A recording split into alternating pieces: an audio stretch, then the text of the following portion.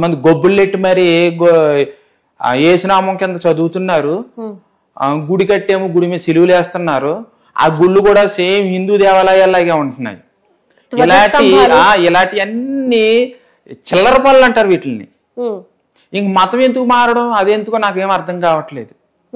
వీళ్ళు చేసే పనులన్నీ ఎలా ఉంటాయి. ఈ పాస్టర్లు వీళ్ళ లబ్ధి కోసం, ఆ పాస్టర్ ఎలా ఉంటాడంటే ఫస్ట్ సైకిల్ మీద తిరుగుతాడు, ఒక 10 మందిని పోగొట్టుకుంటాడు, పాకేస్తాడు.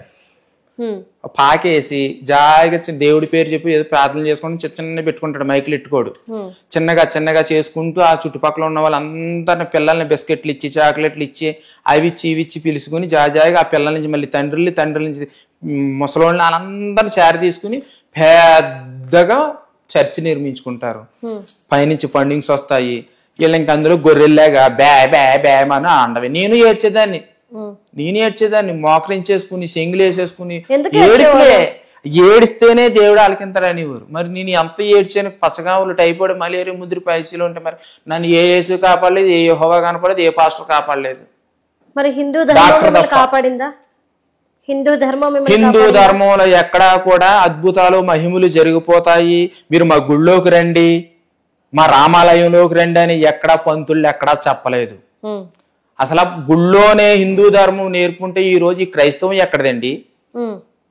అసలు 2000 సంవత్సరాల కిందట ఈ దేశంలో ఏమైనా ఉన్నాయి అసలానే?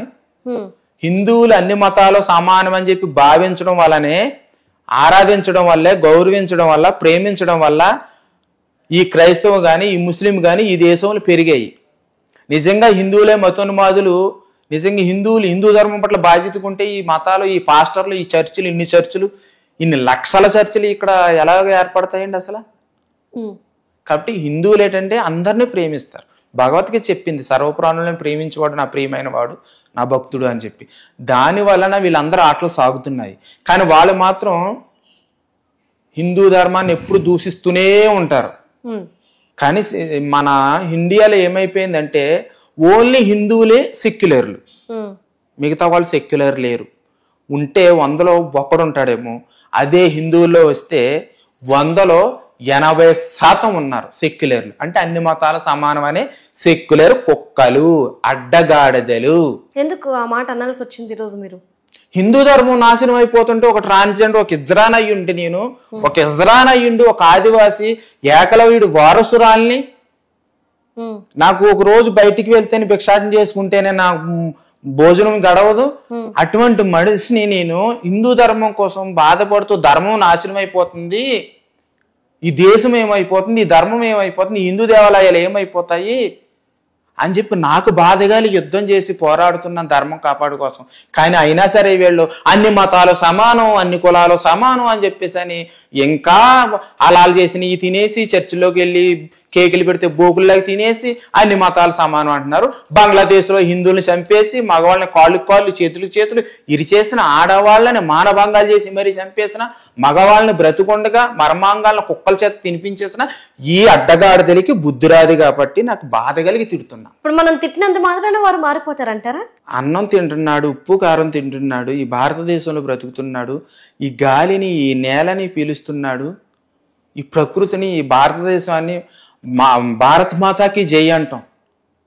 ఈ దేశంలో ఉంటూ ఈ దేశం పట్ల ధర్మం పట్ల బాధ్యత కలిగి ఉన్నవాడైతే ఖచ్చితంగా మారుతాడు. నన్ను చూసైనా సిగ్గు తెచ్చుకుంటాడు. ఎందుకంటే నాకెవరో డబ్బులు ఇవ్వట్ల.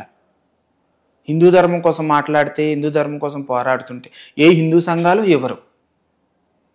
కానీ నాకు ధర్మం పట్ల బాధ్యత ఉండి, ప్రేమ ఉండి నేను పనిచేస్తున్నా. కానీ వాళ్ళకి పిల్లలు ఉన్నారు, నెక్స్ట్ జనరేషన్. బాగా మీరు గమనించండి, క్రైస్తవులు, నేను ఎక్స్ క్రిస్టియన్గా చెప్తున్నా, నేను చర్చికి వెళ్ళేటప్పుడు మా మేనల్లుల్ని కొట్టేసి మా అక్కలందరినీ తీసుకుపోవడానికి చూసా. అలాగే క్రైస్తవులు ఎప్పుడు కూడా ఆదివారం చర్చికి వెళ్ళేటప్పుడు వాళ్ళు కుటుంబ సమేతంగా వెళ్తారు. మసీదుల్లో శుక్రవారం మగవాళ్ళందరూ పిల్లల్ని తీసుకుని, ఇంత పిల్లవాళ్ళని తీసుకుని మసీదులకు వెళ్తారు. వాళ్ళ ధర్మం పట్ల, వాళ్ళ మతం పట్ల చాలా స్ట్రాంగ్గా ఉన్నారు, పర్ఫెక్ట్గా ఉన్నారు. కానీ వీళ్ళ మాత్రం అలా లేరు, అన్ని మతాలు సమానమే అంటారు. ఒక విధంగా ఈరోజు మీరు హిందూ మతం గురించి ఇంత మాట్లాడుతున్నారు కాబట్టి, ఒక హిందువుకి ఏదైనా అయితే 10 మంది 100 మంది హిందువులు వస్తారా అండి? అదే ఒక క్రిస్టియన్ లో ఒక వ్యక్తికి ఏదైనా అయిందంటే వాళ్ళందరూ కూడా కలిసికట్టుగా వస్తారు. మరి ఇప్పుడు బేస్ చేసుకొని చెప్పండి, ఏ మతం గొప్పది? అంటే మీరు మతాలు గొప్ప అని అడుగుతున్నారా, ధర్మం గొప్పదని అడుగుతున్నారా? ధర్మం మతం, ఇప్పుడు మతం ఉంటేనే ధర్మం. ఈ రోజు మనం చూసుకుంటే ఒక క్రిస్టియన్ లో ఒక వ్యక్తికి, ఒక పిల్లకి, ఎవరికి ఏదైనా కానీ మేమున్నామో అది తప్పో ఒప్పో, అవతలోడు తప్పు చేశాడేమో వాళ్ళకి అనవసరం వచ్చేస్తారు.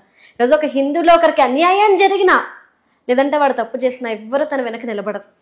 చెప్తున్నాను కదండి, హిందువులు సెక్యులర్ హిందువులు, అన్ని మతాలు సమానం అనుకుని ఒక చెత్త బుట్టని డస్ట్బిన్ ని మైండ్ లో పెట్టుకున్నారు. అందుకని వీళ్ళకి యూనిటీ లేదు, కులాల కోసం చచ్చిపోతారు. ఒక ధర్మాన్ని తిడితే వీడు ఎవడు పట్టించుకోడు. వీడు కులాన్ని గాని వీడి జాతిని గాని ఏదన్నా అంటే గనక నా కులాన్ని అన్నాడా అని చెప్పి 10 మందిని వేసుకుని తీసుకుని వెళ్తారు. నా జాతిని అనేసారా అని చెప్పేసి అని. వీడి తల్లినో పెళ్ళాన్నో చెల్లినో తిడితే ఊరుకోడు. కానీ వీడు పూజించే దైవాన్ని తిడితే మట్టికి వాడి పాపాలను ఆనైపోతాడులే అని చెప్పేసి అని మూర్ఖర్థంగా ఆలోచించేది ఈ హిందువులే. అదే ఒక క్రైస్తవుడు అలాగుండ్రు. మీరు అన్నారు కదా యూనిటీ అని, అవును వాళ్ళందరూ చర్చిలో ఉంటారు, వాళ్ళకు యూనిటీ ఉంది. హిందువులకి అలా లేదు, చెప్పేవాళ్ళు లేరు. గుళ్ళల్లో చూడండి, శతగోపురం పెడతారు, ప్రసాదం పెడతారు, పంపించేస్తారు. అక్కడ ఒక యూనిటీ తయారు చేయలేదు, ఒక బుక్ పెట్టుకోలేదు, ఫోన్ నెంబర్లు పెట్టుకుని లిస్ట్ రాసుకుని వాట్సాప్ గ్రూపులు క్రియేట్ చేసి ప్రతిరోజు ఇంతమంది వస్తున్నారని చెప్పి వాళ్ళని ఒక యూనిటీ చేద్దామనేది మా దేవాలయాలు లేవు. మా దేవాలయాలు అసలు హిందూ దేవాలయాలు ఎక్కడున్నాయి? ఎవరి చేతుల్లో ఉన్నాయి? దేవాదాయ ధర్మాదాయ శాఖ. ఈ శాఖలు ఏం చేస్తాయి? హిందుత్వాన్ని ఏమైనా డెవలప్మెంట్ చేస్తాయా? హిందూ ధర్మాన్ని దూషించిన వాడికి శిక్షలు వేస్తారా? ఈ హిందువులు వేసిన డబ్బుల మట్టికి, నిధులు మట్టికి, బంగారం మట్టికి, నిలుదోపుల మట్టికి హుండిలోంచి ఎత్తుకుపోతారు, లబోదీపోమని. అదే ఒక దేవాలయం శిథిలావస్థితిలో ఉంటే మట్టికి ఆ దేవాలయాన్ని పట్టించుకోరు, నిర్లక్ష్యం చేసేస్తారు. అది ఎవరిది తప్పు అంటే మా హిందువులదే తప్పు. అంటే మార్పు ఎక్కడ రావాలి అంటారు? మా హిందువుల్లో రావాలి. మా హిందువులు అడ్డగాడుతారు. చాలా మంది కొన్ని సందర్భాల్లో అంటారు, నువ్వు ఎందుకు పనికిరావు కొజ్జాయి అనేసి. ఆ కొజ్జాయే ఈ రోజు నువ్వు పూజించే హిందూ ధర్మం కోసం పనిచేస్తుంది. కాబట్టి నువ్వా కొజ్జావి నేనా అని మా హిందువులను అడుగుతున్నా.